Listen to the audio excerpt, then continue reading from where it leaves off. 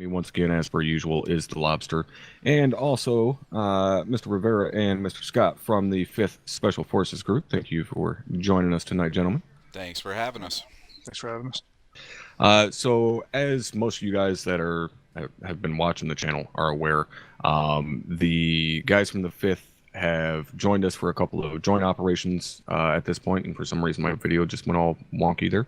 But anyways, they have joined us for a couple of joint operations, been kind of hanging out with us here and there. As some of you guys who are kind of old heads around here know, we don't really do joint operations all that much at all, and we really don't do multiple joint operations with the same guys. But we've gotten kind of lucky in the sense that the guys from the 5th reached out to us, as they do meet our standards and have a lot of the same mindset in terms of what we do and so on, which is why you've seen them do 2 joint ops with us and are going to be doing future joint operations with us, including actually being involved in our current deployment, which is something that I'm really looking forward to. I know a lot of the S-Shop guys are looking forward to. A couple of the guys from the 5th actually joined in our S-Shop meeting this week, where we plan out everything for the deployment and so on. So I guess kind of the first thing we'll get into for the podcast tonight is, what is the 5th Special Forces Group in terms of a realism unit in ArmA? What do you guys do? What are you recruiting? What's your recruitment requirements? So on and so forth. You want to take that, Scott? Or Yeah, I guess I can take that top. So 5th Special Forces Group, obviously, we're basically a hardcore milsim group. We run ODAs, which is a 12-man team. I'd say our membership right now, we've got probably about 25 members that are active. There's probably about 50 total if you include the reserves. But I'd say we play with hardcore settings. We're a first person, so I know 506 you guys use the third person. We stick to the first person though. We've been around probably, most of us on the team started out with the 75th Ranger Regiment, and then we switched over to the 5th Special Forces Group probably about a year and a half ago to the 5th. And I guess the reason why is because there were so many units that popped up with 75th after we had our set up. And we actually noticed on a couple websites some of our material was showing up there, so we decided to. Yeah, funny how that happens, huh? Yeah, so we switched gears a little bit to the 5th, and I think a couple other 5th Special Forces groups have popped up, but I'm not sure if they're still around. But yeah, we've been playing really for about 3 years together. So, as far as recruiting goes, yeah, obviously we're still recruiting right now. I'm not sure exactly how many ODAs we'd like to kind of get up to. We do want to keep it small, so we're very selective on who we're kind of allowing through the gate these days. We have a 25-day selection period, SFAS, and then at the end of that we go through Colex 1, Colex 2, and then to earn the Green Beret you actually do a Robin Sage event. So we have a map set up just like Pineland, and we really play as true as we can, with the possibilities that ArmA can provide us to what the 5th Special Forces Group actually does, and we honor, I guess, what they do day in and day out as best we can. And then you guys come hang out with us and it's complete fucking chaos. Fucking love it. pretty much. Like, what the fuck is going on, man? But no, that's as Scott was saying there, we on a lot of the stuff we very much so see eye to eye, especially on the professionalism and so on, and standards and things like that, which is a huge reason as to why we did 2 joint ops together already, and like I said, more to come. And I remember telling you guys the first night we actually sat down and spoke that the whole reason you guys even got a fucking meeting was the sense that your joint operation request wasn't typed out like a fucking 12-year-old wrote the goddamn thing.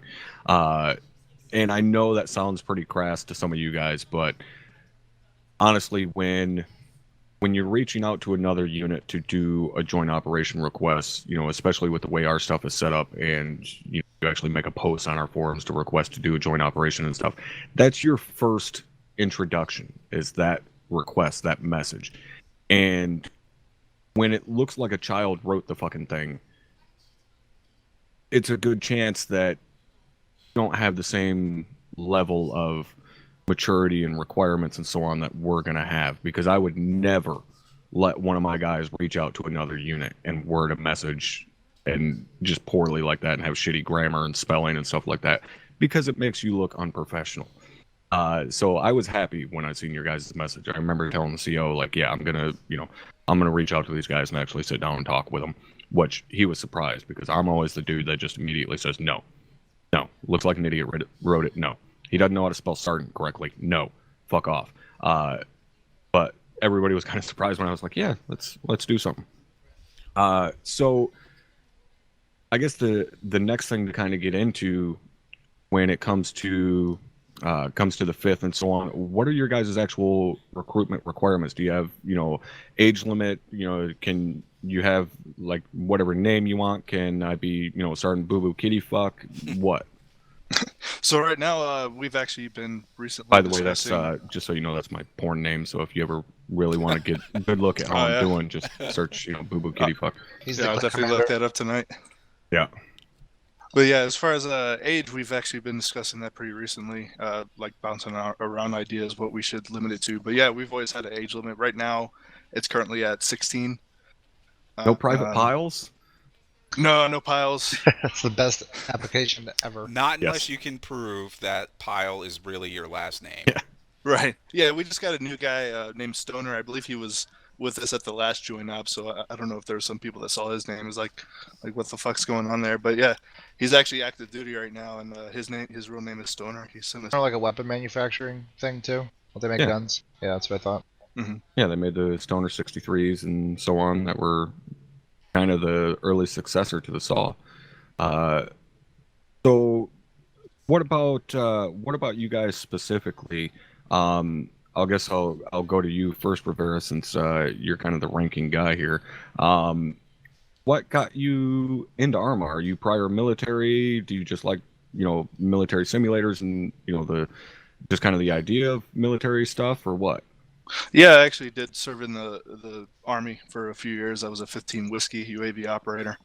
I got out a little more than 5 years ago now.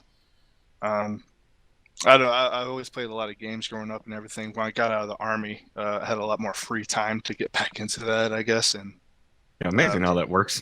yeah, I had watched like I want to say like Twitch, definitely YouTube channels and stuff. And I got into DayZ back in the ArmA 2 days, and that's really how I got into that. And then towards the end of ArmA 2, right before ArmA 3 released, I started playing like the PlayerUnknown's Battle Royale, his like first iteration of it, I guess, back in ArmA 2.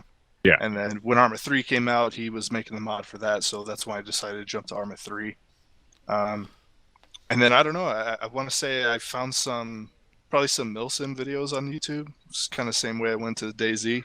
I thought like, yeah, that looks cool as shit. I like the organization, the communication, everything. That's kind of my favorite part of it. Right. So I decided to look for a group. I found what at the time we were, like Scott said, we were the 75th. I found the 75th and ended up joining. Right on. So what about you, Scott? Gosh, Top, I'm older than you, so I know you're an old motherfucker. Yeah, I'm gonna dig back, man. So I'm prior Air Force. I was active duty for 10 years. I was a 2W071, which is a munition systems technician. So I was a ammo troop, professional alcoholic, and So you're gonna get a gig excited in chat there. Ford is a maintainer for a U2, so he's Air Force as well. oh shit, okay. So yeah, when I hear your JTAC calling out, asking whatever the A10 is hauling, I'm like, oh shit, I know all that munition system. So I get a bump in my trousers after hearing that shit. But Right. yeah, shit, man. I go back probably to late 90s, getting into PC gaming, and dude, I remember being in base housing and setting up like a LAN party in base housing, and Mm. having all the guys in my shop, fucking 8 of us sitting in a living room, playing shit. God only knows what then. It was like Unreal Tournament. Mm-hmm. Quake and probably Yeah. Doom maybe. Yeah. And then there was a game that came out, Operation Flashpoint, and I think that was really kind of the birth of ArmA way back in the Yeah. day. Yeah, 2001, man. Yeah. That was a great year. Yeah, so I mean that's how far back I go. But then hell, I got out of PC gaming for a while, and then I came across, probably as most of the viewers here, fucking Jester 814 or Luton. I came across those videos on YouTube, and I was like, holy shit, this is some good stuff right here. So, and then to Captain Rivera's point there, I found the 75th. Um, it was a small unit, and they were just kind of building up their team after I think JSOC had kind of dissolved. So RCO was starting to build up the 75th. So I was fortunate enough to get in there and kind of learning the ropes. I didn't know shit about ArmA, and these guys pretty much taught me everything. Now, how much of a transition was it for you being aircraft or being Air Force, I should say, going into what is essentially an infantry role and learning kind of the tactics and techniques and verbiage and so on of the infantry? Did you feel it was automatically a little bit easier for you because you already had, military knowledge? So obviously the discipline and all that shit is easy for you, but like the terminology and shit like that, did that take a while for you to grasp, or was it, fairly quickly you were like, oh yeah, I understand this shit? Um, I don't know. It's like different levels, I guess. So like as far as the discipline goes, obviously coming from the military, that's universal. So like radio communication, I was used to talking to air traffic control towers whenever I cross a runway with bombs. So that kind of lingo is kind of universal. But when it Right, starts the getting whole call into and response type shit and so on. yeah, but when Captain Rivera starts talking about some specific shit that he learned in AIT, you bet my head is fucking spinning, and I'm asking a lot of questions. So, I mean, weapon systems and stuff, like, I know a few of them, but as far as like launchers go, besides the law, that's stuff I had to learn. Mm-hmm. Yeah, Yeah. a lot of that I was actually taught, like he said, in my AIT, we actually had like a foreign weapon or a foreign equipment identification course. But I had a lot of training, like real life training with that, especially communications. I did a lot of communication with, FAA, ATC. When we weren't flying, you would still have a role to do on the flight line or wherever. Sometimes you'd be put to as a RTO, where you'd be in the TOC handling like 4 or 5 different radio channels, as well as SIPRNet, Jabber. I don't know if anybody knows what those stuff are. It's basically like the text messaging systems and everything. Yep. So That's yeah, definitely a lot of communications I handled.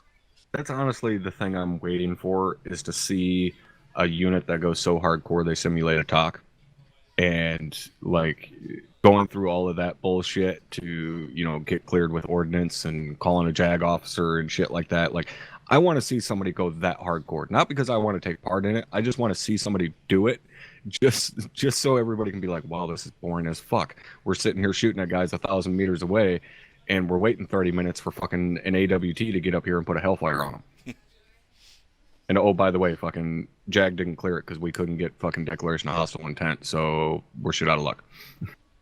Yeah, right. So what made you guys decide with the Green Beret, or well, I guess first the 75th and then transitioning to Green Berets? Like, why specifically the 5th rather than one of the other bats, or of all the fucking, especially infantry elements out of there, especially the soft elements, why go from the 75th to the 5th? Well, funny enough, we were looking at like different SF units. We had already established we wanted to be SF.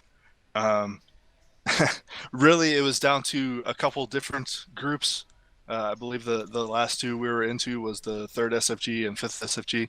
At the time, one of our active guys, he was active duty at the time as well. He recently got out. But he was basically in a support unit that was attached to the 3rd SFG. So to kind of spite him, he really wanted to be us to be the 3rd SFG. We're like, nah, we're just gonna be the 5th. Yeah, fuck off. We know that's what you want, so we're gonna do the opposite. Yeah, That's true exactly. friendship right there.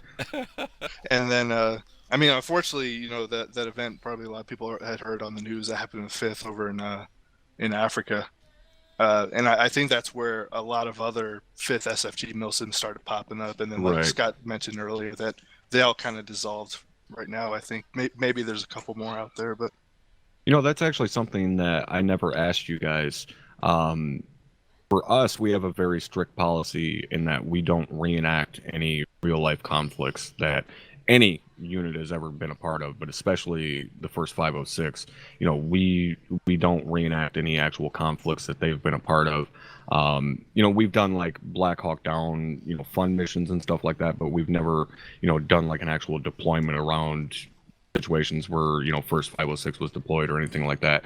Do you guys do any actual operations based on what the fifth has actually done in real world, or do you just kind of do what we do and just kind of make stuff up? I would say no, we don't do any of the missions true to life that the fifth has done. I don't know. I guess my personal opinion on that. I don't know if I speak for the group on this, but like I said, we want to honor what these guys do every day. Right. And I would hate to diminish anything that they've ever done in real life, portraying them. So a huge amount of respect that we have for those guys. So that's just my personal opinion. Captain, if you got anything to add there. no, I'm exactly in the same boat. We have done missions that are based off of some missions that have been done in real world. Nothing that we've never really like. I don't want to say mocked, but I guess mimicked or whatever the word Right, is. yeah. Something that the fifth has done in real life, but we've done some like throwback ops. Sometimes every now and then we'll do like '90s era missions, or Mhm. we'll do whatever the Iron Front mod I think it's called for the World War II stuff, Right. and we'll do stuff for like we'll kind of play as the 101st back in Normandy or something like that. Mhm. But really, as far as real world stuff, that's kind of what we just limit ourselves to. And Right. if we do, like, we'll take like inspiration from campaigns or operations that actually happen, but we won't actually try to mimic them, real world, because you can't really do that in ArmA anyways. Right. And I'd say too, like we try to stick to the era of like the late 2000, like 2008, somewhere around that time period. So like Blue Force Tracker, it's something that we used to have in our operations, and then we went away from it and we went to just straight Dagger. So we try to put emphasis on making ArmA as like I guess realistic as possible with limited technology. Right. So I got a load of shit.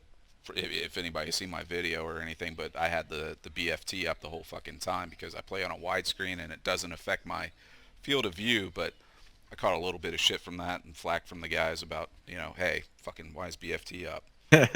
Well, Because there's a bunch of moving parts out here. God damn it. God damn it, it's my handicap. Fuck off. Yeah, we'll call it. He's running an operation with Google Glass on. Mm-hmm. What does Captain Sahagan call it? A handicap?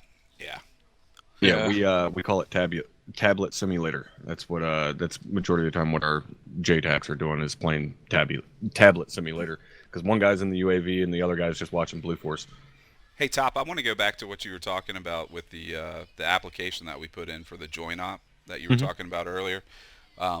We got to give credit to Captain Sahagan for that, our CO. Yeah. He's the one that framed that up, and as far as what he's done with the unit, all credit goes to that guy. I think you're right on point as far as like those requests go. It's basically a resume. So Yeah. for any units out there, put your best foot forward, and that's going to open up doors. And I think that goes with real life shit. Anything that you do, put your fucking best foot forward, and it's going to open up doors. Yeah, exactly. If you word something professionally and, like I said, in my own fucking, as precise as a sledgehammer way of saying it, don't word it like a fucking idiot, and you have a much better chance of, going somewhere with it. And obviously, Captain Sahagan is not here. As you said, he is a huge part of your guys' unit. But do you guys happen to know, like, what made him or made you guys want to reach out to us in terms of doing a joint operation? I think what was that? Either you, Scott, or maybe Savage had brought it up. It was both of us. We had been thinking about doing joint ops. I mean, we've done it before, but but I think just the topic came up of doing a joint op again with maybe a larger unit. And I'm pretty sure it was Savage that brought you guys up. He watches drums videos on YouTube. Well, what is, I guess, how do I want to word this? Not necessarily what do you guys prefer, but because you guys have done joint operations with other SF elements and stuff in the ArmA community and so on. How different was the experience from doing something with, I believe it was the third Team 3, the SEAL Team 3 that you guys said that you've done joint ops with? How different is the experience between doing a joint operation with an SF element compared to like our line infantry element or combined arms, really? Well, as far as the SEAL team guys, completely different. Mostly because just how their operations go and the settings that they use. Their CEO Vandal, he I don't know how to say this. He's much more realistic in their operations than we are. We like to say that we are realistic, and we are, to a certain limit. But theirs, I mean, they'll do basically traveling to the AO, and they'll do that literally for hours of walking or even swimming and stuff like that. And then once they get to the AO, they'll basically get in a firefight for about half an hour, and then they'll head back to RTB, and that's their operation. So definitely a lot more action. Their unit is more, definitely a niche unit. They definitely have guys that prefer that over than what we do, what you guys do, whatever any other unit does. But Vandal's a great guy, the CO of the SEAL unit that we play with. They use a lot of mods, so that's always, when we're looking to do a joint op, we always want to make some kind of concession, like, hey, what mods do we need to run? Would you guys be willing to run these mods? So it's things that we kind of learned along the way playing with those guys. But yeah, playing on their joint operations, it's fun, just because they add so many different elements that maybe our S4 guys haven't implemented into our missions. So it's cool to learn and see how we can kind of bridge the gap on, what was the fun experience and what was something that, maybe we don't want to do. So it's always a great learning experience to play with any other unit. So I guess the question I would have off the back of that is, is it noticeable for you guys I guess kind of, what would the word be? I guess kind of concessions that have to be made at a large scale operation compared to something smaller scale, like 10, 15, 20 guys on it? Because, I've done a lot of both, obviously, with like our Wednesday squirrel stuff and stuff like that. But is it as noticeable for you guys, the differences in terms of like the amount of stuff that's there, the amount of AI, the amount of or lack of thereof objects and like set pieces and stuff like that in a large scale operation in terms are compared to a small scale operation, because you don't have the overhead on the server to be able to do all the really cool shit? Oh yeah, definitely. With our operation with the SEAL team group as well, it was mostly our two units kind of operating. I don't want to say separately. We were in the same AO. We were hitting different objectives within that same AO, and usually we did, I want to say 3 or 4, maybe more, different joint ops with them. But usually how it ended up was we both kind of collected intel at those objectives, and they end up bringing us to like a main operating area for the enemy, and we both kind of ended up there and then attacked that location. But with you guys, definitely a lot more moving parts, and honestly, with our first joint op together, with you guys, that was probably the most thing that I was worried about. I was nervous about was, man, I don't know if I'm going to utilize these guys more, just because I'm not used to having all this support, all this basically airframes in the air. You guys have UAVs, definitely all the ground infantry you guys have. I'll tell you, we were kind of nervous too going into that first joint op with you guys. That we spend a lot of time on movement. Like a lot of our attention and training is on movement, and we were concerned that if we're element bounding, it's going to be holding up the whole task force. you guys were right on our heels working down that peninsula.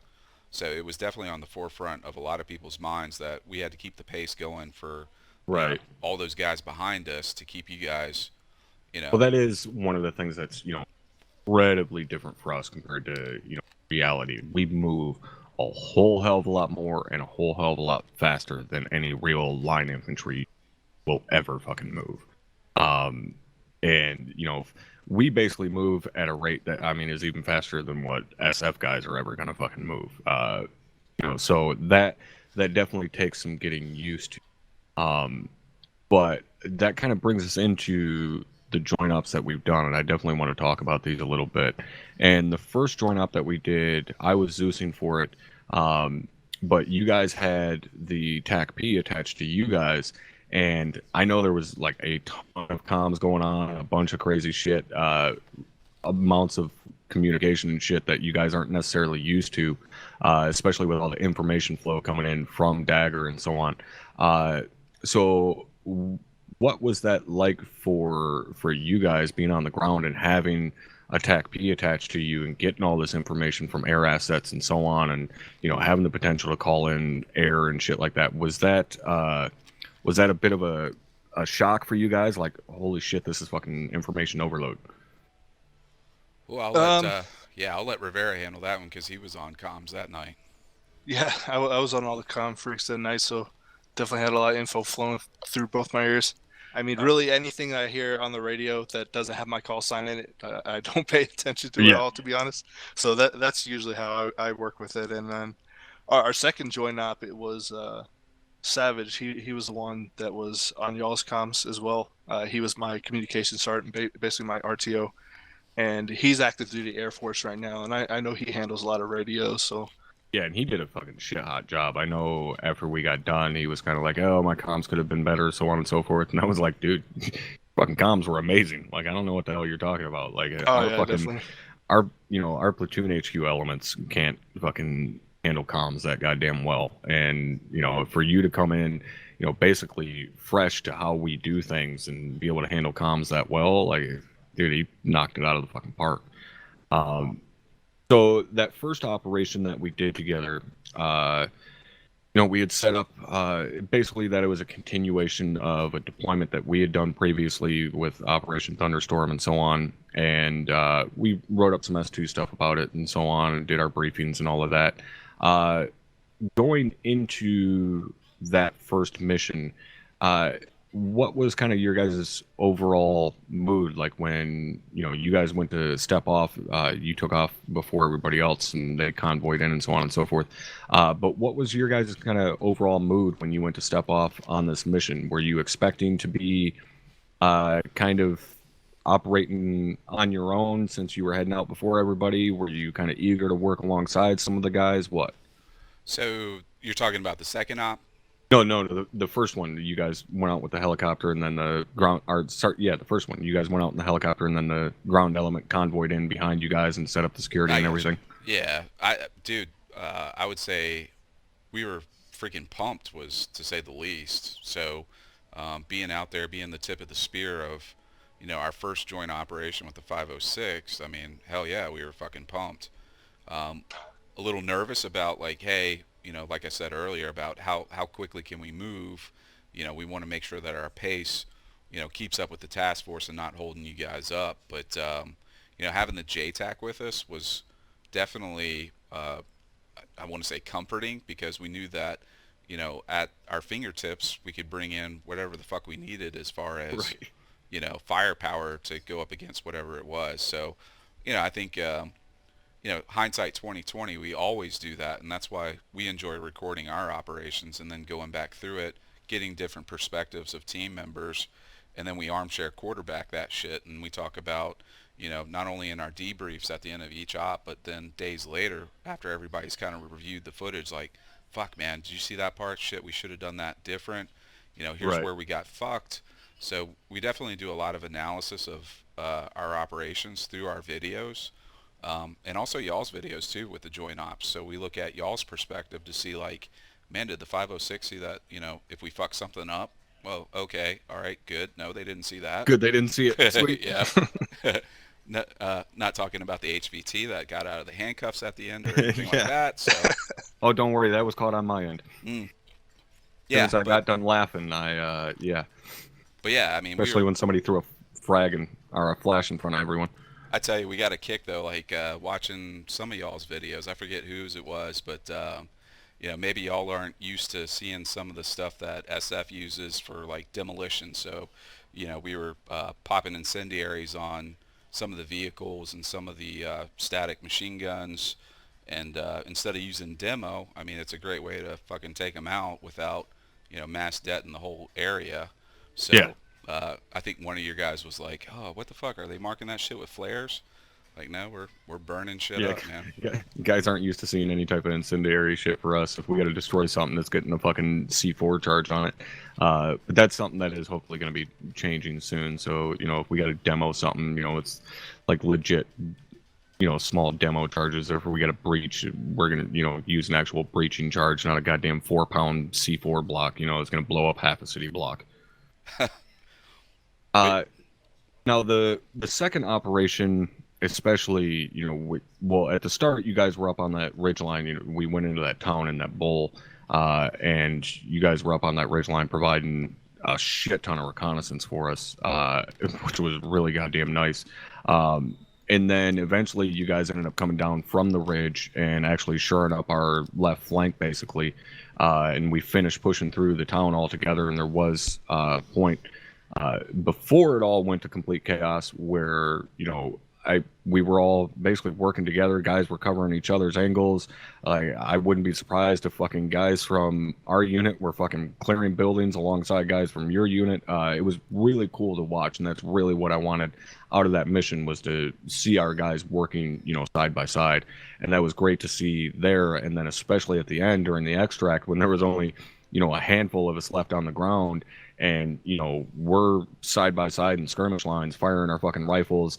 Our guys are picking up your guys are picking up our guys, back and forth. Like, it was really cool for me to see everybody working like that, like I said, side by side.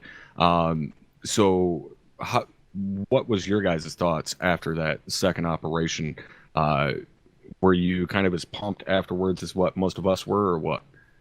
I think I had mentioned it to you guys afterwards that my favorite op before that, right now, that's still my favorite op. That second joint op we did so far.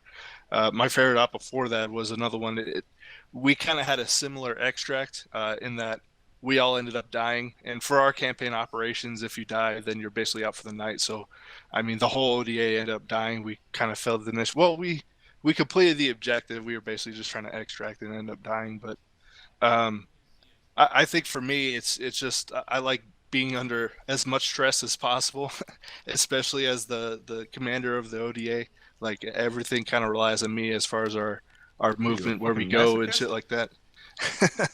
I guess, man. I feel like what's his name in Full Metal Jacket? You just gotta throw hand grenades the rest of my life, and I'm a good Animal guy. Mother. Yeah, there you go. Animal Mother. I feel like I'm kind of like him, I guess. That's just where I operate the best, is when bullets are flying over my head and my guys are dying. yeah, that was probably my most favorite op that we have ever done. I think it took me about 12 hours to unwind after that. So, yeah, if anybody listening has never played ArmA, or if you're prior military and you want an adrenaline rush, anything that gets you close to whatever it is that you miss, fucking this is it, man. Yeah, it's the thing for me, especially, and again, obviously, I wasn't military. I was lucky enough to spend basically 2 years of my life with some of the greatest guys the military's ever known. But the biggest thing for me, especially with our unit being the size that it is, and the amount of people and stuff, is that level of camaraderie and brotherhood that is fucking. I'm not gonna say simulated here, because it is real. When guys around here fucking need help, they get the fucking help that they need. One of the best examples that I can give right now is my buddy Dunn, who worked on my PSD while I was in country. One of the greatest guys I've ever known. I legitimately owe my life to that guy. When he was down on his luck after the government shut down bullshit for a while there. He worked security for one of the government buildings in DC. Uh, and I reached out to the guys in the unit to help him out because he got a hold of me and was basically saying, "Hey, do you still have any contacts in company? Can you get me a contract going somewhere, so on and so forth?" And I told him, yeah, but the only thing you're going to be able to pull is fucking security because you're former 11 Bravo. Like, that's all they're going to want you for is to pull security.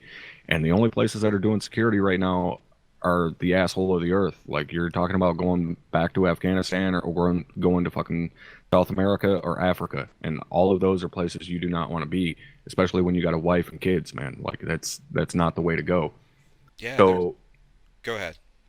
So anyway, I reached out to the guys here and we set up a GoFundMe and, we're able to raise some money for him and keep him on his feet long enough to find a new job. And now he's working security in New York, doing all of like the outdoor security for events and shit like that, like Good Morning America and like public concerts and shit like that. Like, he does the company that he works for now does security for all of that shit. Has a steady ass job, great pay, nice place, got his family living there and shit. So because of that, because of the guys here and knowing that, that was someone that was important to me, and apparently at least a couple of guys here respect me enough to help out, he was able to, stave off having to fucking go into a shitty part of the world that he didn't really want to go into, Man, that's real right there, man. And Yeah. I've got some similar situations like over my time playing ArmA and stuff. So I won't mention any team members' names or anything, but we've got quite a few guys that are active duty still in our unit.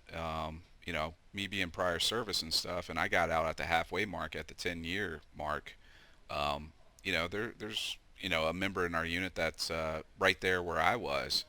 And it's fucking stressful as shit, man, because like if you got a family with kids and you're at that halfway mark, man, and like, do you want to stay in, retire, or is it the time to bounce and take a step out and see if Yeah, that's a huge decision to make. it's huge, man. So like the stress that it compounds with just your day-to-day job and stuff, man. It's I don't miss being in that time period. So anyway, I currently work for a pretty large corporation. I'm a hiring manager, so I've got quite a bit of like corporate experience on, hey, how to fucking do an interview, a resume to get your foot in the door for an interview, and so the things that I enjoy about ArmA, besides just playing the game, is having that camaraderie and brotherhood to be able to help a fellow veteran and be able to kind of coach him through life and say, hey man, send me your resume.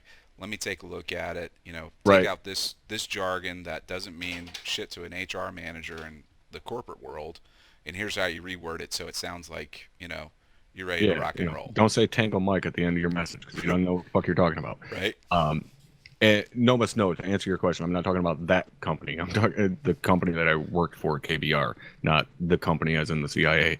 But yeah, and then like another example was our buddy Soto, who was the CO of our fixed wing section when Puerto Rico was hit by the big ass hurricane. His family is originally from Puerto Rico, and we did this huge fundraising thing. He had streamed in his dad's flight suit, wearing a full-on flight helmet and everything. It was funny as fuck to watch. But between our community, friends that we reached out to, guys in other ArmA communities that I knew that we reached out to, so on and so forth, total they raised a little over 12 grand, and were able to buy a van for the local church and get it shipped down there to Puerto Rico, get them the van so that they could transport food and supplies and people and so on and so forth. And they did it in a week. And like that was absolutely insane to me when he got a hold of me and was like, bro, we raised like 12 grand. It's been 6 days. Like, I don't know how the fuck this is even possible. And it was cool as shit to see that, just people that play a fucking video game together were like, yeah, I'm going to give you $1,700 just because. It's crazy. Like, that's absolutely insane. And that's because of a goddamn gaming community. I'm actually kind of angry now. I didn't know that was happening because I'm actually Puerto Rican too. I have a lot of family up there, and My grandmother actually passed away in a hospital around that time. Yeah, it was, it was one of those things where obviously nowhere near enough attention was being paid to it, and we reached out to every fucking contact. We called in every ticket that anybody had and was like, look, I'm collecting, So it was one of those like buddies hooked him up in terms of transporting the van, getting the van for cheaper. Fucking people were like, here's, money, go buy every single goddamn generator that Home Depot has. Like I said, every fucking favor that anybody had got called in for that. And it was cool, like I said, just see everything come together around that. And it was all because some dude fucking sits at his computer a couple hours every week and plays ArmA. It was weird. Um, so I guess that brings me into another thing that I wanted to talk to you guys about, especially considering you're both prior military. And this is something that obviously comes up all the time, especially when with realism units and stuff like that. Where do you guys sit in terms of the the rank structure, calling people by rank, and the overall discipline and stuff like that that's generally enforced in a realism unit? Being, like I said, prior military yourselves, obviously I don't know if you're combat vets or anything like that. It doesn't fucking matter. But where do you guys sit on that? What's kind of your feelings on it? I would say a part of the reason that we decided to go SF was because in SF they're not really expected to perform as much DNC as big army and everything. And that's how we kind of ran too when we were still the Ranger unit. So we don't really require anybody to like call me captain or sir or anything like that, or any of the other ranks. But a lot of guys too, they'll even tell the new guys like, yeah, don't call me that, because we'll get a lot of new guys that are like, yeah, Roger Sergeant or Roger Sir, and then our senior members, even if we're veterans and stuff. Like I was never a fucking captain, so I prefer people not refer to me as one. So like out of game, I would say in our Discord, that's like our main social area. Right. We're very laxed. We're just more friendly, social atmosphere. But in game, we're a lot more strict. Yeah, exactly. With the professionalism and everything. Yeah, and that's how it works for us. If it's an official setting, basically, if you're sitting down having a meeting or you're in game, then all the normal fucking shit applies. But if we're just hanging out bullshitting, guys still call me top just because it's quicker to say than Brewer. But it's guys don't fucking apply rank when it's like, hey, we're playing fucking CS:GO or whatever the fuck the kids play. You play CS:GO? Yeah. Yeah, at I've the end never of the day, in seen it. ArmA, the way I see it, it's still a fucking video game, right? So, I mean, as like Rivera kind of said, like we're not hung up on the rank thing. But I mean, we don't just assign rank to anybody in the unit, right? So rank kind of distinguishes, hey, what have you contributed to the team, really? So, Mhm. if somebody is stepping up in S1 or S4, hey, that's going to get noticed. And it's not that we fast track anybody. We have a promotion point system. But, if somebody's doing a heck of a lot, we're going to recognize that, and that's where the respect comes from the rank within ArmA for us. Yeah, kind of the same. Obviously, someone gets a fucking 5 because they're a team leader. They're recognized as an E5, but especially with the higher ranks, it's more respect for their role rather than just they have a rank. It's like, no, that dude's a fucking platoon leader and runs 40 of you fucking idiots around and herds cats every goddamn week.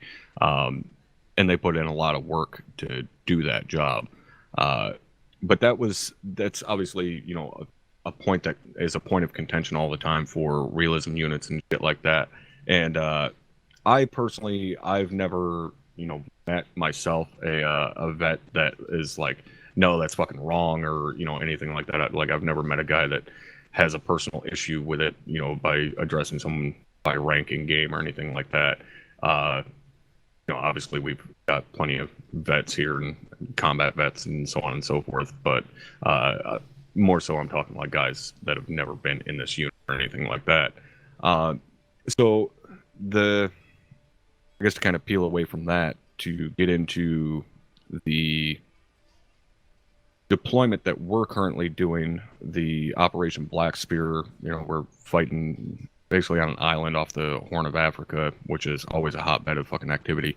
Uh, the As I mentioned earlier, we are going to be bringing guys from the Fifth in for joint ops that actually take part in our deployment. Basically, as I said, a couple of their guys were part of our S shop meeting this week to discuss future joint operations and shit in relation to the actual deployment itself and so on. So what of I really I know what your guys' thoughts are, but I guess so the viewers can find out, what are your guys' thoughts on that in terms of like actually joining us for a legit deployment operation, considering that's something that we've never done before.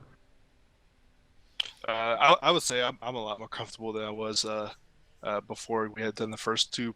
Right, we've done a Joint couple ops now, just- so it's like, yeah, I'm in the groove now. Yeah, one of the biggest learning experiences for us was the settings that you guys use, especially your AI, because we use like modded AI. I don't Mhm. think you guys do. You just use like the vanilla ones. No, we can't.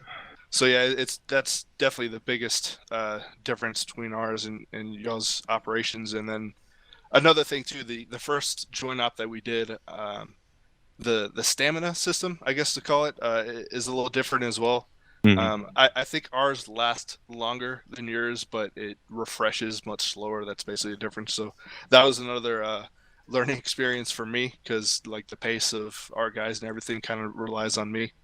And I remember the first join up when everybody was gearing up. What's like your guys' general like walk around weight? Because I remember somebody being surprised that I was at like fucking 38 kilos or something like that, like 85 pounds. 75 Right, yeah. and under. 75 Yeah, we pounds. usually max it at 70, depending on the needs of the mission. If we're going to be Right. like one team's mostly going to be an Overwatch role, they're not going to be doing a lot of fire and movement, then they could be heavier. Right. And for those of you guys listening, if that sounds weird to you, like, wait a minute, they're special forces, aren't they supposed to be the badasses? That's why they're the badasses, because they're light. They've got, lighter armor. They're not carrying a bunch of extra shit, basically. Obviously, we carry more stuff in game than what you would in reality in terms of like smoke grenades and bandages and shit like that. But, light infantry, like the joke is real, light infantry is anything but light. Normal weight for most light infantry guys is going to be anywhere from 80 to 100 pounds worth of gear that they're carrying on them pretty much at all times. Now, when you get in a gunfight, that's different.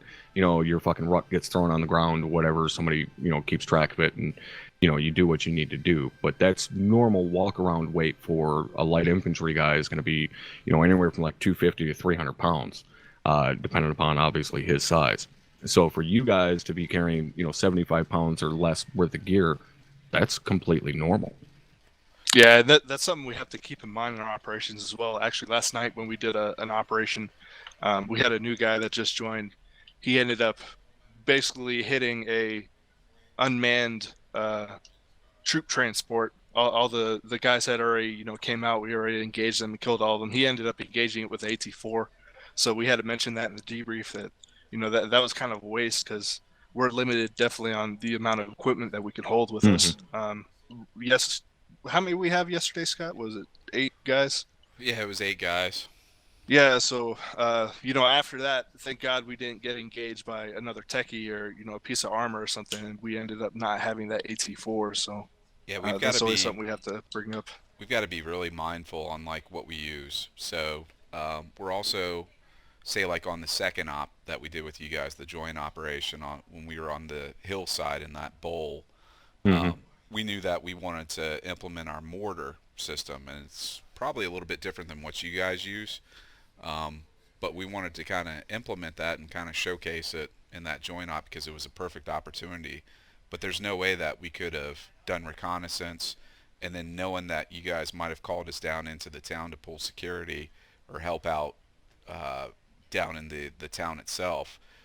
So that's why we had to take the VIX with us. So our VIX are really our immediate resupply points. So we use the M razors quite a bit, and we kind of had to protect those as we push down into the town. So Right, and we do the same thing with our gun trucks. You know, we always have a shit ton of gear and ammunition and stuff stuffed in the backs of those things. Yeah, so the Vics are really important just for both units, obviously. So Yeah, the in terms of like you guys, you know, being able to carry the mortar system and stuff like that, like you said, you know, there just wasn't room to have everything. You know, like they say, ounces equal pounds, and they absolutely do, especially for you guys, where you know, if you get engaged, there isn't a whole platoon there to fucking back you up. You know, you ain't got 30 other guys to count on to be able to maneuver on that enemy. Like you've got six dudes maybe.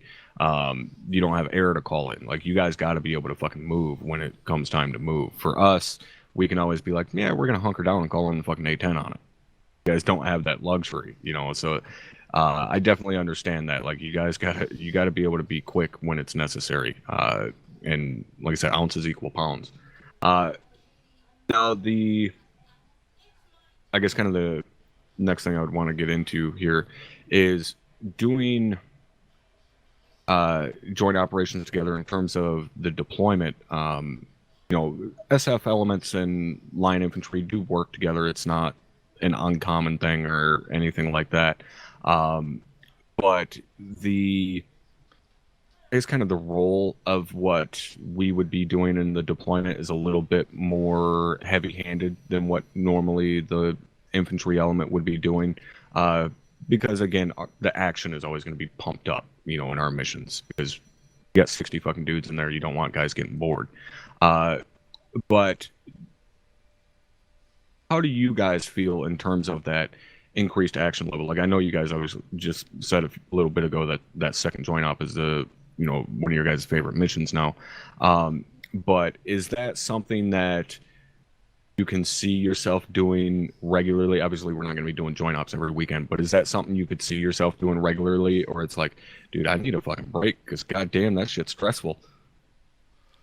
I'll speak and say that shit. I like the stress level. I like that level of ArmA play. Maybe not on the routine, but Yeah, I was gonna say you're older than me, dude. Your beard's gonna be quick, or gonna be gray quick as fuck, because mine's already there. well, yeah. But I also work for that large corporation that puts it on my head too. So, Yeah.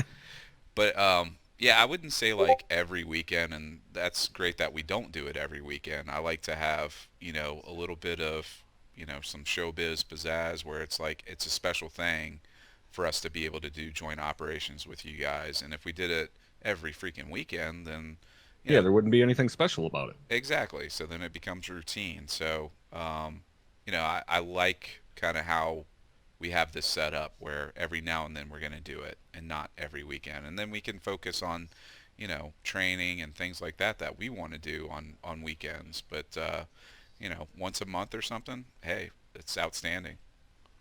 Yeah, and that actually reminds me that somebody had asked me about it. I think in Discord or maybe in a stream chat. I can't. No, I think it was Discord. Somebody had asked me if I had recorded the training that I did with you guys the other night, which I did not. As I told you guys when we started that training, I don't ever record or stream when I do training with other units, just out of respect for them.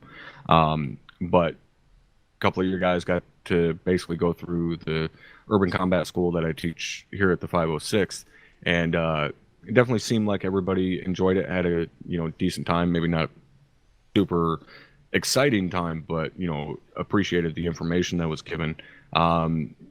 What what do you guys think about having like that detail oriented of a training in a setting like this? River, Well, go ahead. yeah, well, I'd say as far as our training, it's pretty similar. When we do like CQC or mount training for us, I've taught it a few times. I'm definitely not as smooth as you were when you did it. Mostly because I just don't have documents that I can just kind of stare at and read through and make sure I cover everything. Oh Um, shit, that makes me feel good. Well, and he's also gave him the same spiel like a million times. Yeah, that's by what I'm now. saying. The fact that I've seen it so many times that you think it's off of documentation makes it nice because I don't have any documentation. Wow. Yeah, I feel like that's how I am with our OSUT right now. Yeah, I just exactly. kind of Same fucking way. flow straight through it. But I mean, no, we didn't find it boring at all. We all kind of loved that shit. As far as I know, that everybody was there. And again, we had another new guy with us for that training, and he's currently an 11 bang bang in the Army, and he loved it too. He said a lot of the information you gave was definitely relevant to what he's been learning nowadays too. So Right. I think we're all really pretty much sponges. So I mean, like, it doesn't matter, if we disagree with the training, we're gonna listen to it and we're gonna take something from it anytime. So, Motherfucker, you better not disagree with my training. I worked hard on that shit. hell no, we No, didn't I'm just disagree fucking with it. with you. But what I'm saying is, like, we're gonna sit in and we're gonna take something from it. And there was a lot of information, which is why I recorded it and also reposted it in y'all's Discord when that one Oh yeah, individual it asked was. for it. Yeah. So, yeah, we were definitely excited to get that from you. Yeah, and that's one of those. And to tell you the truth, I guess kind of the reason it would sound like anything that I teach is from documentation is because of the repetition. I've just done it so many times, especially with OSUT. Like OSUT, we do have documentation for I forget how many pages it is. It's like 50 or 80 or some fucking pages that I did for OSUT. But I don't work off the document anymore because I've been doing it for fucking 3.5 years and say the same speech hundreds of times over 3.5 years. You kind of commit it to memory. But that was one of the things that I always kind of relate to guys when they're talking about wanting to get into the role of being an instructor, whether it's, rolling with me in OSUT or being a recruit instructor or whatever, or even just doing squad trainings and just training guys, is being an instructor technically is easy. It's easy to read something off of a page to a fucking screen. Being a good instructor is incredibly difficult and they're rare as fuck because it's hard to find someone that can take what is on that document, relate it to you in such a way that it keeps you engaged and it informs you and teaches you the actual material. And to be able to do that for 2 to 3 hours plus and not have people tune out and fucking fall asleep, that's a difficult thing to do. That's why a lot of the times, like if you guys are watching trainings that I'm running or, classes that I'm running or whatever, that's why you hear me crack jokes and shit like that. Because when guys laugh, I know they're fucking paying attention. And it's not purely to be like, hey, I'm the lighthearted guy, I'm here to have fun and so on and so forth. It's more of like, did he chuckle? All right, then he's actually paying attention to what the fuck I'm saying. Is he still staring off in the sky? He's probably dead. It's little shit like that you kind of learn after a long time doing it, whether somebody teaches it to you or you do like I did and just kind of pick it up over time. That's what can make an instructor really good, is when they can keep you not necessarily captivated, but keep you interested in what the fuck they're saying. And it's difficult to find people that are capable of doing that, especially right off the bat. It's pretty much fucking non-existent to get somebody that can do it right off the bat. What I would like is to one of these days go to somebody else's fucking training, like go to somebody else's classes. Obviously I can't join another unit, but to go to another training scenario like an OSUT or like a UCS and go see how other guys do it and see if there's anything I can pick up from that instructor, or see if they're like fucking Weewoo, who I got to tell them it's not cadres, it's a cadre. There's only one cadre. It's the entirety of your instructors. It's not multiple because there's more than one instructor. I swear he's the retarded little brother I never wanted, but still. So let me ask you this: like, do you ever come across in your training where you've got a candidate that you're trying to teach, like how to read a map or something, and they just don't get it? Do you invest the time into that individual, Yes. or are you going to quickly move on because you are a large unit, you have the pool of candidates that you can just quickly replace? Simple answer is yes. I don't think anybody's ever, aside from being a fucktard, I don't think anybody's ever like failed OSUT, right? No, Right. it's one of those things. OSUT's pretty goddamn impossible to fail. About the only way you're going to fail OSUT is not necessarily being ignorant to the content. That can be taught. Some people it takes longer than others. Right. What is more so going to be a problem is if you got an attitude and you want to try and fucking big chest with me, it's not going to work out for you. So I've had, a couple of situations of that happening where I fucking bounced somebody out of the unit because they wanted to get a fucking attitude with me. But if somebody's slower on something, depending upon the situation, sometimes I just have to move on and I have to take that person aside, one on one and make sure they're really grasping it. Most of the time, that's not the case. Most of the time, guys are able to pick stuff up where I don't have to take them on one, or they're not so far behind everyone else that it can't be made up for in squad trainings and one-on-ones with their team leaders and squad leaders and so on and so forth.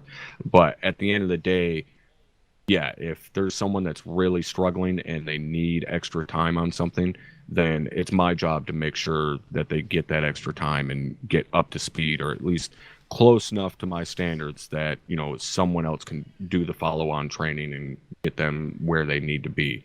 Because at the end of the day, if you don't know this stuff, you're not going to have as much fun because you don't know the stuff, and you're not going to be able to do what everybody else is doing, and everybody's going to be pissed off because you can't do what they're doing.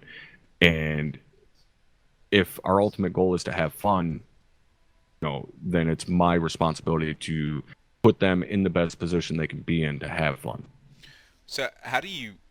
Here I am. I'm turning into the interviewer here. So how do you Believe stay? me, it's fun. How do you stay motivated? I'll tell you, our attrition rate. The likelihood of a candidate going through the 25 days SFAS, being trained on MOS, getting through it, getting their green beret. We have a 10% retainability rate, basically, of anybody that applies to our unit and actually makes it that far. How do you stay motivated to continue to provide that level of training day in and day out? And if your attrition rate is anything close to ours, how do you do that? Well, our washout rate isn't as high. Our washout rate's roughly 50%. The majority of that is between recruit training and OSUT. Yeah. And then we'll get another basically 50% from that from day 1 of OSUT to day 4 of OSUT. Usually they'll do like the first 2 days and then never show up again. So it's roughly 25 and 25 between recruit training and then day 2 and day 3 of OSUT. In terms of staying motivated to do it, honestly, one is I'm a control freak and I don't trust to go completely hands off and have other people run all of the classes. And two, it's more so about the rest of the guys, which probably sounds silly to some because guys see me as, the asshole first sergeant that yells at everybody. But the training of the guys and running the classes week after week after week, and does it get monotonous and boring? Yes, absolutely it does. But if I'm not training them, who's going to do it? Are they going to do it to my standards? So on and so forth. Like I said, a big part of it is that I'm just a fucking control freak. But getting them trained up to a level that I'm comfortable with only increases their capability, which increases their elements capability, which means, their fire team is having more fun because they can do the job competently. And that's really what I'm in it for, is so that the guys at the fire team level and at the squad level have someone that's not a complete fucking idiot just hopping in there and doing it. The washout rate, obviously, it always sucks, but quality is higher than what it's ever been. If I could the quality, if I could speak to the quality, when you're in OSUT, you become a PV1 and you are permitted to fill in for squad trainings, for platoon trainings, stuff like that. And we had a platoon training today for Havoc 3, and I had 3 PV1s in my squad that they're actually all pretty good. Yeah, and they're all on their day 3 of OSUT. They just completed day 3 like 2 hours prior to this platoon training. And I'm looking at these guys, and some of the things that we were doing were things that literally just got covered in OSUT. And I'm watching them, and they didn't struggle. They didn't have questions. They didn't have to fuck around. They were loaded up faster than some of our veterans. and they were ready to go, and their loadouts were correct, and they did their radio checks and they did them correctly. So it's like it's almost, if you're willing to like pay attention, and like I know that it's like 2 hours a day for 4 days, you're giving up 8 hours of your life in fucking lectures basically. But if you're willing to just sit through it and take the information in, once you apply it, it's beautiful because you just fit right in. Yeah, it's always nice when we get guys that are like that have the right mentality, that take it upon themselves to better themselves. I know Murph is hanging out here in chat. Who Murph's been a member of my community in terms of my channel for a long time now, and he finally joined the unit after I twisted his arm 5 ways from fucking Sunday. But what I'm getting at though is I've seen him and Sarah and guys like that, PV1s, practicing in the training servers. I get a fucking message from Murph in the morning like, hey, the fucking training server is not up. Could you, see what's going on? Yeah, absolutely. I'll fucking log on to the box and put it up for you guys. They're taking the time themselves to not only, get familiar with the game, but practice the stuff that I've been teaching them. And that's always really nice to see. So I think every now and then you get those golden classes in OSIT, where it's like, man, these guys are like clicking together. It's a good group of guys, Mm-hmm. and I mean, those are the ones that you really have a whole lot of hope in that they're going to continue with it and stuff. So, yeah, I think we have a good group like that right now. This week we got a good amount of guys, and they've been doing really well from what I've seen. I probably shouldn't say that just because I don't want them to see this and then don't give Yeah, her a big head. complacent I know, and right? shit. I just gave Murph a gigantic fucking head. Now he's gonna shit the bed tomorrow for day Yeah. 4. Yeah, he is. He's gonna fail the test. Yeah, he's Uh, gonna fail the fucking oral quiz like a motherfucker. There is a But flip yeah. side. There is a flip side to that coin. Like basically, you get people from the 506th is pretty inclusive in the sense that like Brewer said, it doesn't matter. There's people that have joined the unit that like they watched our videos on YouTube or Twitch or whatever, and they've never fucking played a game like a PC game before, and they Yeah, bought they a go out and buy PC a PC to play with us. just to play ArmA, and they have no clue what they're doing. On the other side of the coin, you get people like Liru who are like tier 3 veterans and on the intricacies and the ins and outs of everything ArmA, and he had to go through the same training that a day 1 person had to go through. And what's cool about it is that it doesn't really matter where you're coming from. You're all being trained the same way for the same purpose. So no matter where you end up in this unit, except for like obviously like rotary, you're gonna do just fine. As long as all the basics are covered, you can keep yourself alive, you can keep your teammates alive. The rest will just fall into place on its own. Yeah, and even Rotary still has to go through OSUT. Yeah. Fuckers. Yeah.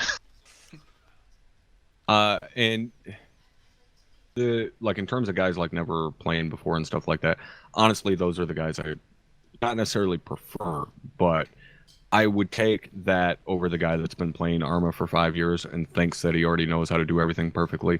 And honestly, that's where, Weewoo is good in the sense that, one, he knows me and Drum personally and shit like that, so he knows how everything here works, even though he wasn't in the unit. But he didn't come into it with a chip on his shoulder like, oh yeah, I already know how to do all this. No, he went through the same classes. He sat through everything. He listened. He did all the maneuvers and all the drills and so on and so forth. But when you have that guy that comes in with 3, 4, 5 years of ArmA experience and is like, oh well, my unit did it this way. That's great. Go back to your fucking unit. Oh, it doesn't exist anymore. That's probably why, because you got a shit attitude. Get the fuck out of my unit. I ain't Yeah. got time for people like that. I'd say we're the same way. Like we prefer those brand new guys that you can just freaking mold, that are going to be sponges to soak up training and want to get good at ArmA and will listen. Whereas those guys that have been the veteran players, sometimes, to your point, they're a little bit more resistant to change.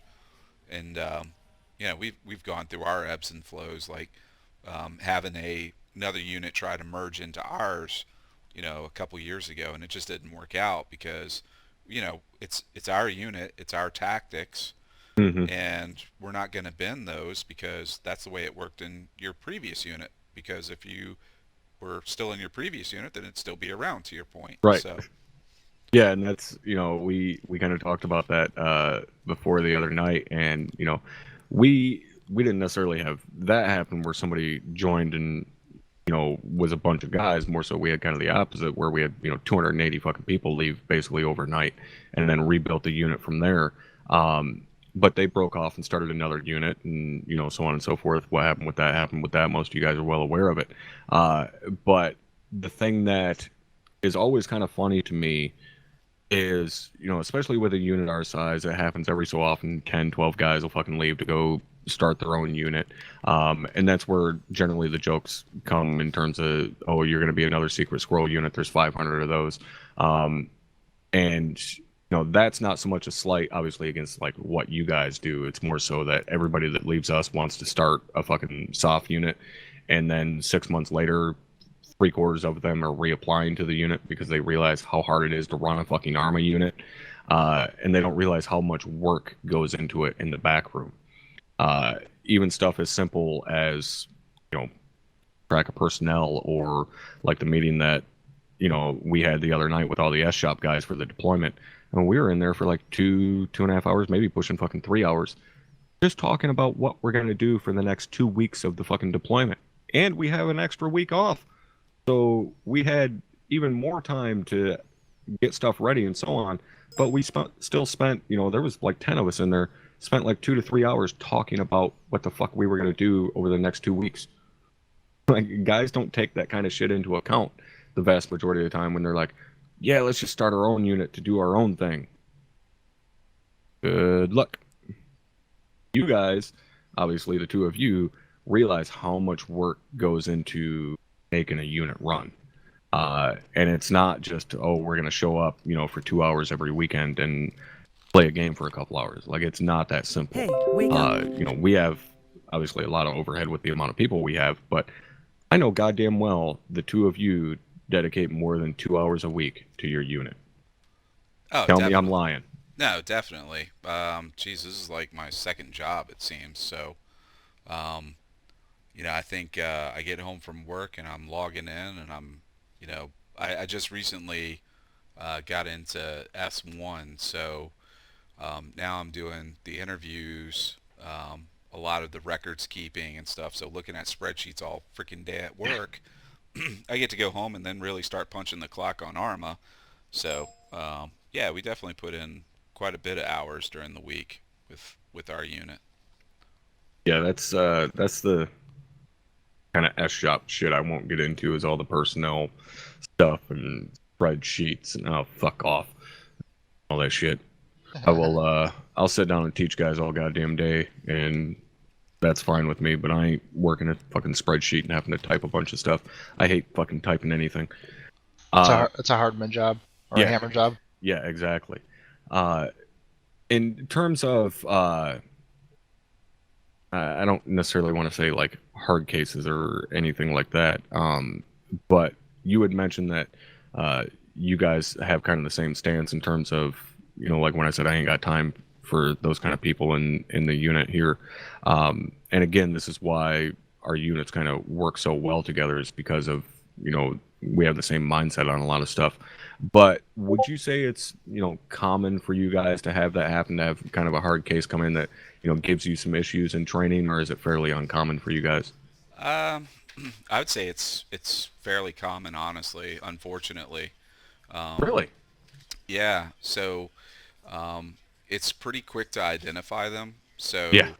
So after you've been doing this for a number of years, you know the personality types right off the bat. So it's pretty quick to weed those guys out.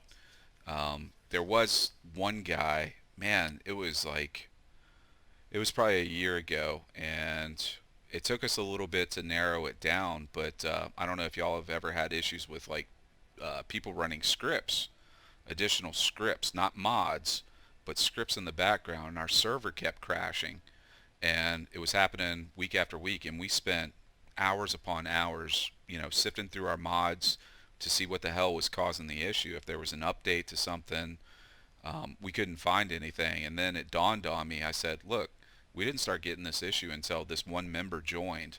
So then what I did was I would have an individual member I went through the roster and had him join the server, and it was Hmm. at a point that we pop smoke every time that it would crash the server. So I'd have him pop smoke, nothing, bring the next guy in, and just troubleshooting it that way.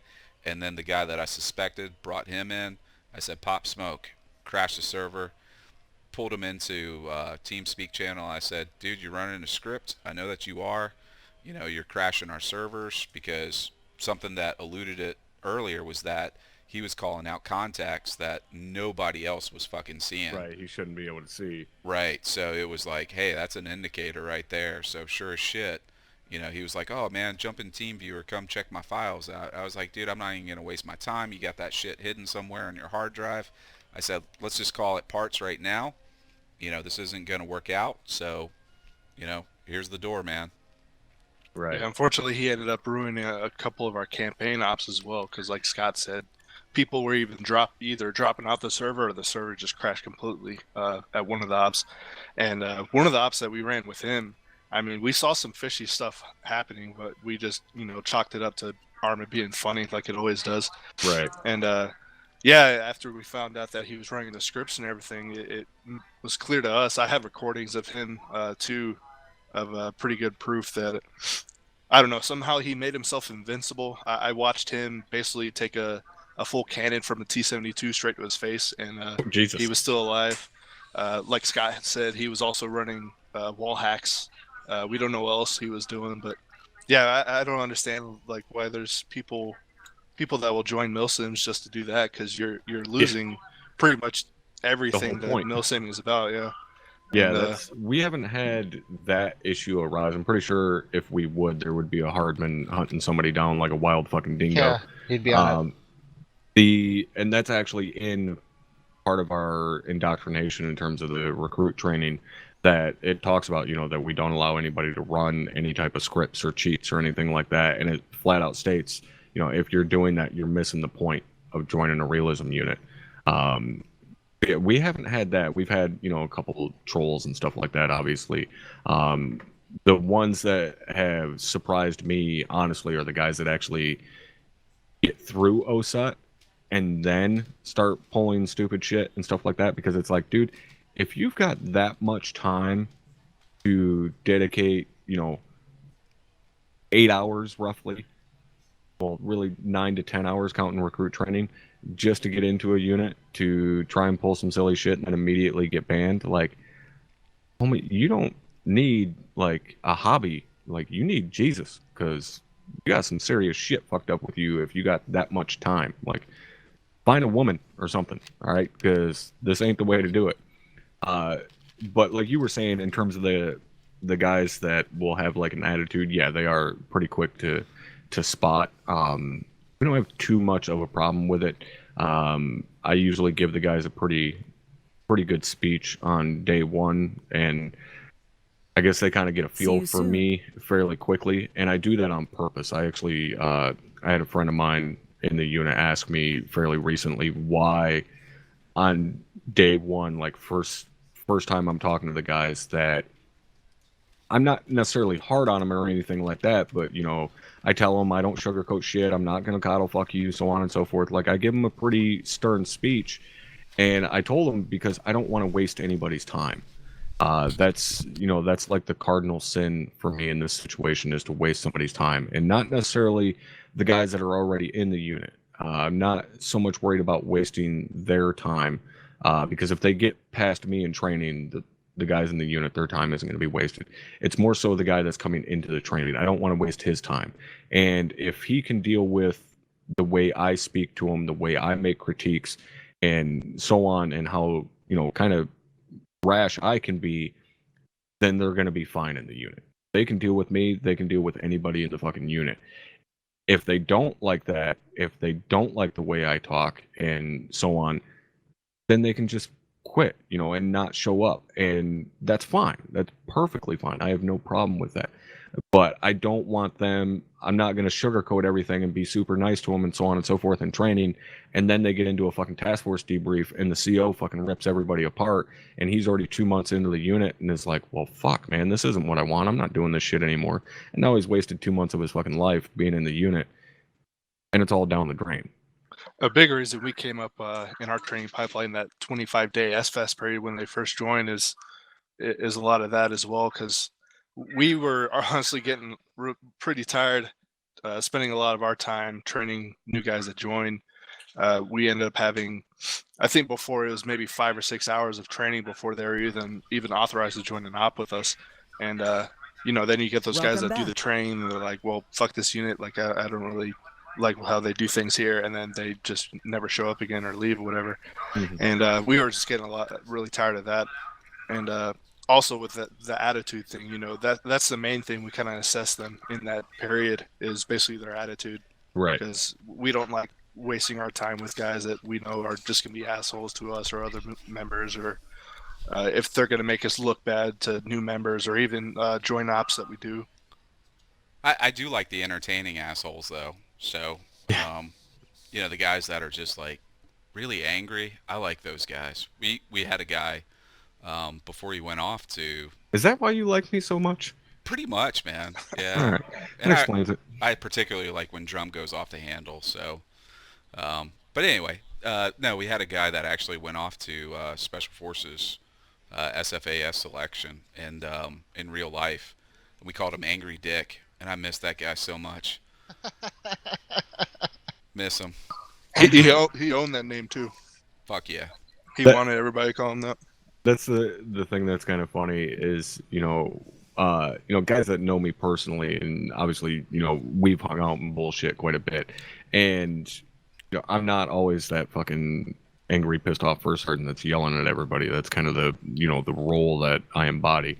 Don't get me wrong, I'm much like that in reality. A lot of people say I have an anger problem, but it's not a problem. I know how to handle it just fine. I release it. But anyways, the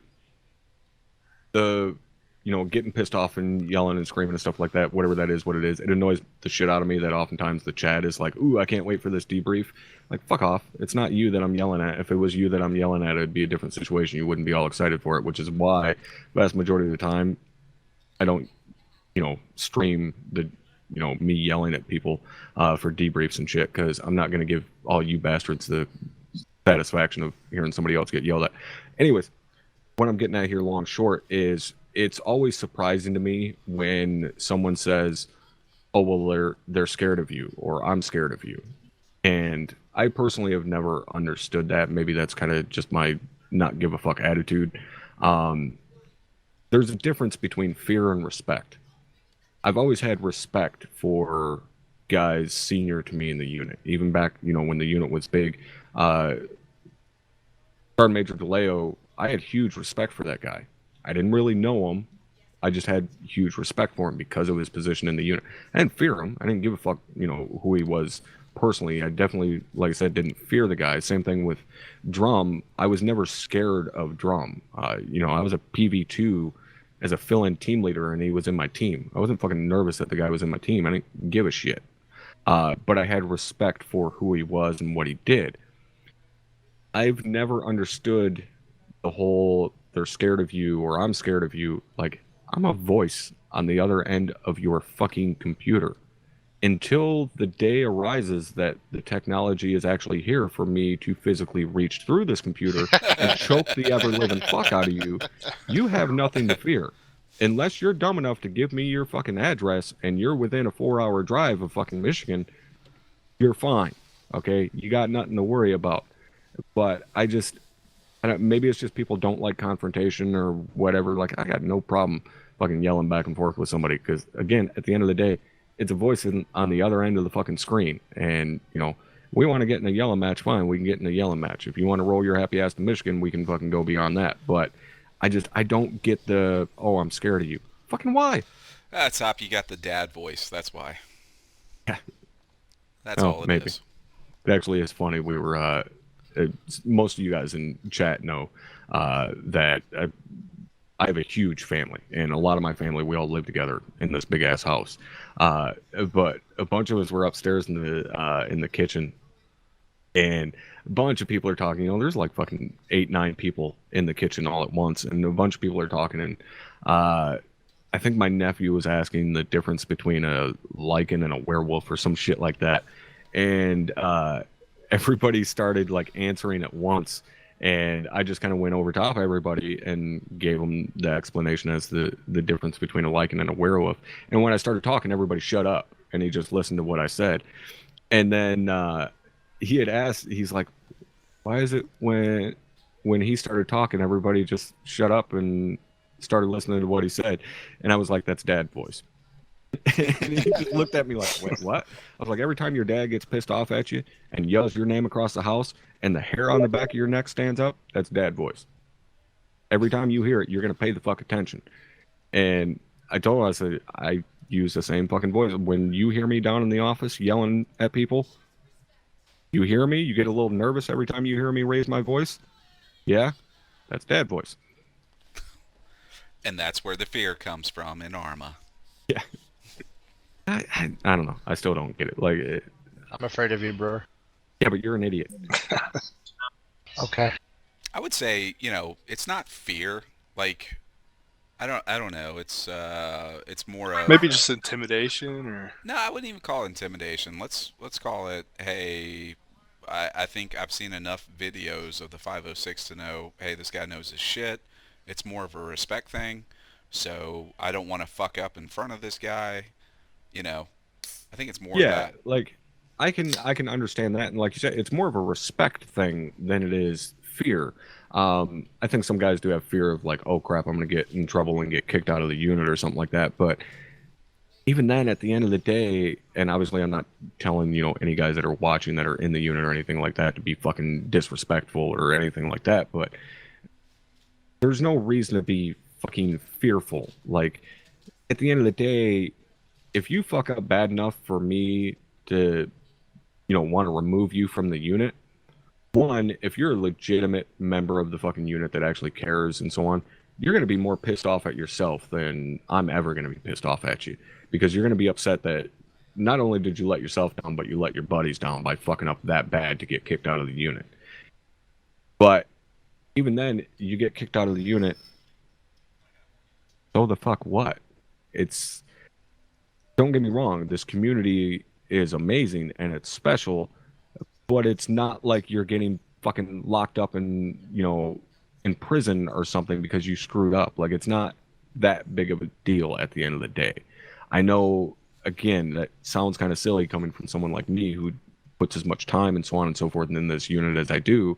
And believe me, if fucking tomorrow I got removed from the unit, it would hurt, but at the end of the day, it's not going to be life-changing per se. I'm still going to have friends from this unit that I'll always have, but I don't understand the fear aspect. Like, it always sounds weird to me when someone's like, "Oh yeah, they're scared of you." Fucking why? It doesn't make any sense. Yeah, I think it is more of a respect thing. I would ask the question, like, are the people that are saying, like, hey, I fear, Brewer or Drum or whoever the fuck, man, is it, I would wonder, hey, are you prior military or not? Like, I don't know. I guess 10 years in the military, I'm used to a lot of very strong type A Yeah, strong personalities. personalities, yeah. So nothing that you would say would ever be like, oh, fuck, I fear that guy, ooh. Yeah. No. It'd be, all right, this motherfucker knows his shit, so let me get my shit squared away, and then when I go to speak or something, I'm going to sound fucking halfway intelligent. So, Yeah, and yeah, as Ty points out in chat there, I am hard-headed. I did technically go up against a dump truck and win.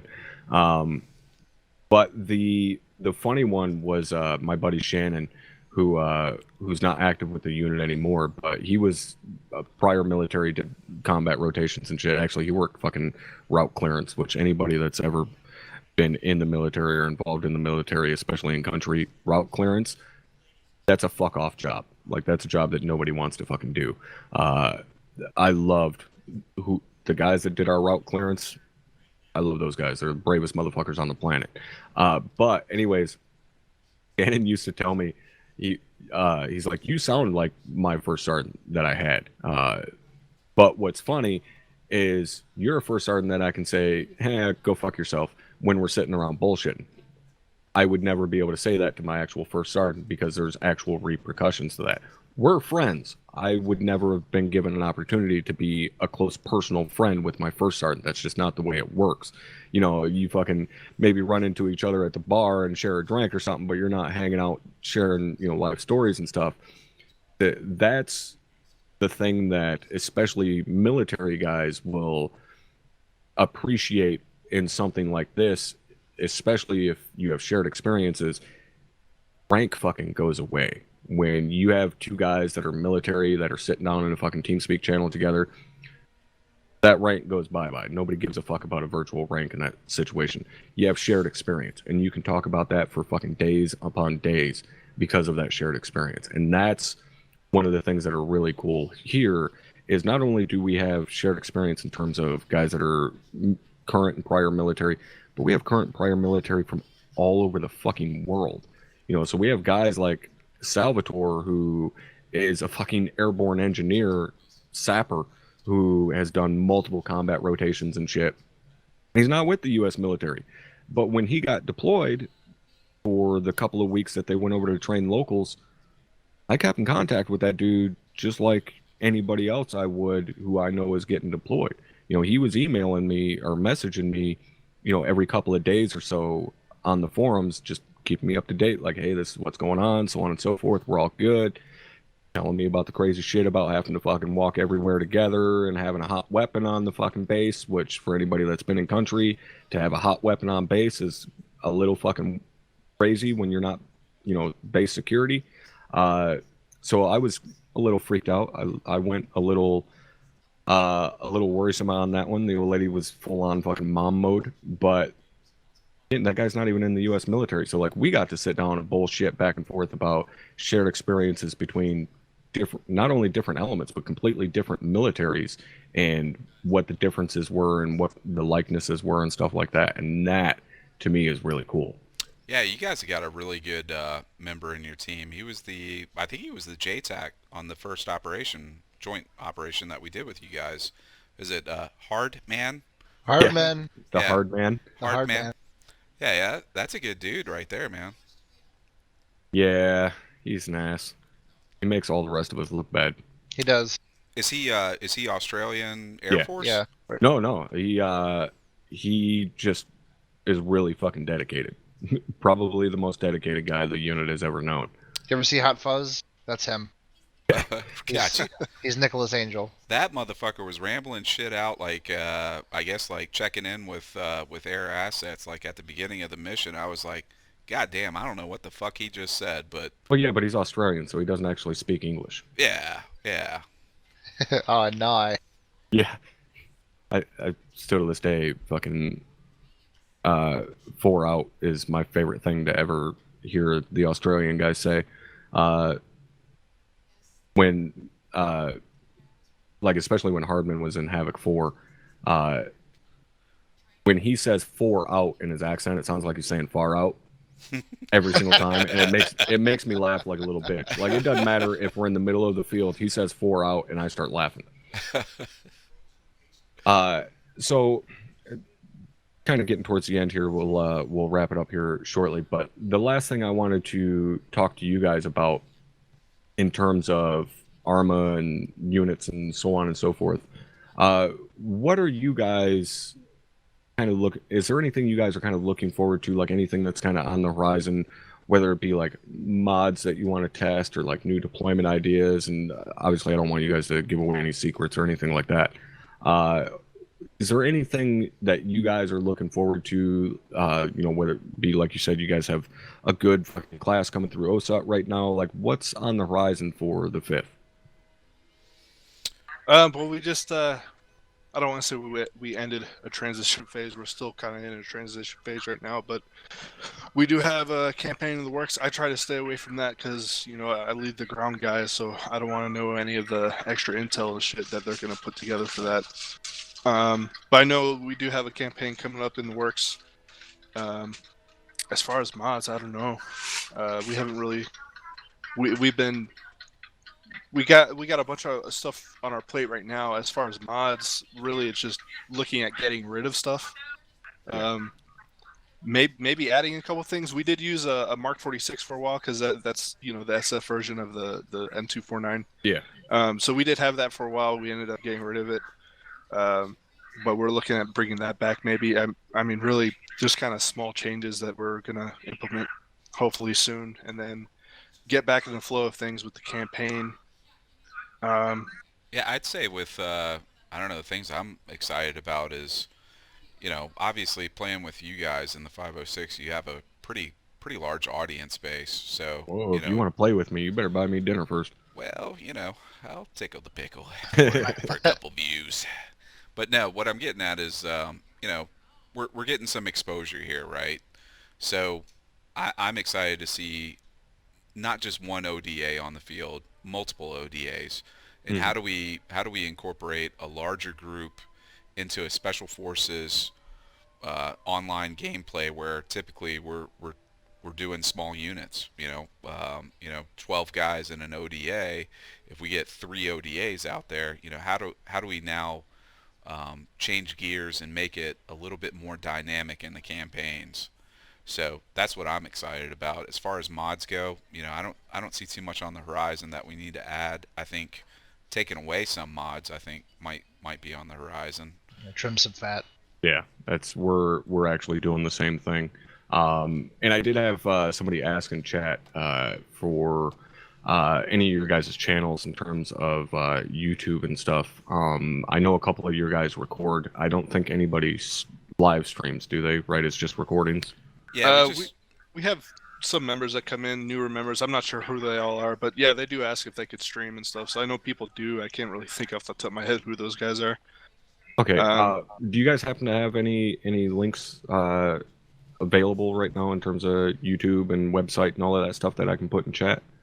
Yeah, actually, if we give them the Discord, if they have access to Discord, basically everything can be leaked from there. We have a media channel on our Discord, and we'll post videos on there, so you can access our YouTube channels from there. And we're also on Engine as well, so you can catch us there at 5sfg.engine.com. And then on YouTube, if you just do a search for 5th Special Forces Group ArmA 3, you'll come up with our team's YouTube channel, and there's quite a bit of material on there.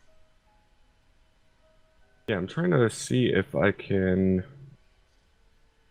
where the hell? I'm trying to get a damn invite link pulled up here for your guys' Discord, because as you said, like the vast majority of your guys' info is available there in Discord. There we go. Yeah, I just gave you one. That was the wrong button. Actually, let me double check. That's a permanent one. I don't know if it's a temporary. There we go. Oh, that's a 1-day link, so you got 24 hours for that. Oh, it'll work. Loster got it as well. So there's a link to the Discord, guys. Even if you're not necessarily interested in joining the 5th, join the Discord. You can check out their YouTube links for videos and so on. And you can also check out the website. There's links to the website via their Discord and so on. So check the guys out. Show them some love. Go sub to the channels and so on. And I expect you guys to show them the same fucking respect that you would show me. I don't shit talk unless you plan on fucking showing a video of you doing it better. So I guess kind of in closing, I want to thank you guys for coming by tonight. I appreciate you guys taking the time to hang out and just kind of bullshit for a little while and let me pick your brain a little bit. And yeah, definitely looking forward to doing some future joint ops with you guys. I know a couple of you are going to probably be coming along tomorrow for the fun op that we're doing. Tomorrow is 5th Sunday of the month. So we're going to be doing a joint op, and it's going to be mechanized and heavy armor assets. So we're going to have Bradleys and Abrams and shit out there. Like I said, we invited the guys from the 5th to come along because fuck it, why not? It's 5th Sunday, let's have some fun. And go blow some shit up with some armor. And then, like I said, we got joint ops coming up for the deployment as well. So yeah, thank you guys for coming to hang out tonight. I definitely appreciate it, and look forward to getting a chance to work with you guys some more in the future. We appreciate it. Yeah, definitely. All right, guys. Well, that's going to wrap it up for the podcast tonight. Thank you guys for hanging out. Trooper, thank you for that 10-month resub. Sorry, I missed that, brother. And we'll be back at it tomorrow afternoon. We got day 4 of OSUT tomorrow at 1300, and then fifth Sunday operation at 2000, where I'm going to be doing something. I don't know. I haven't fucking decided yet if I'm going to be gunning on a Bradley or in a tank or what the fuck I'm doing. But yeah, thanks for hanging out tonight, guys, and I will see all of you later.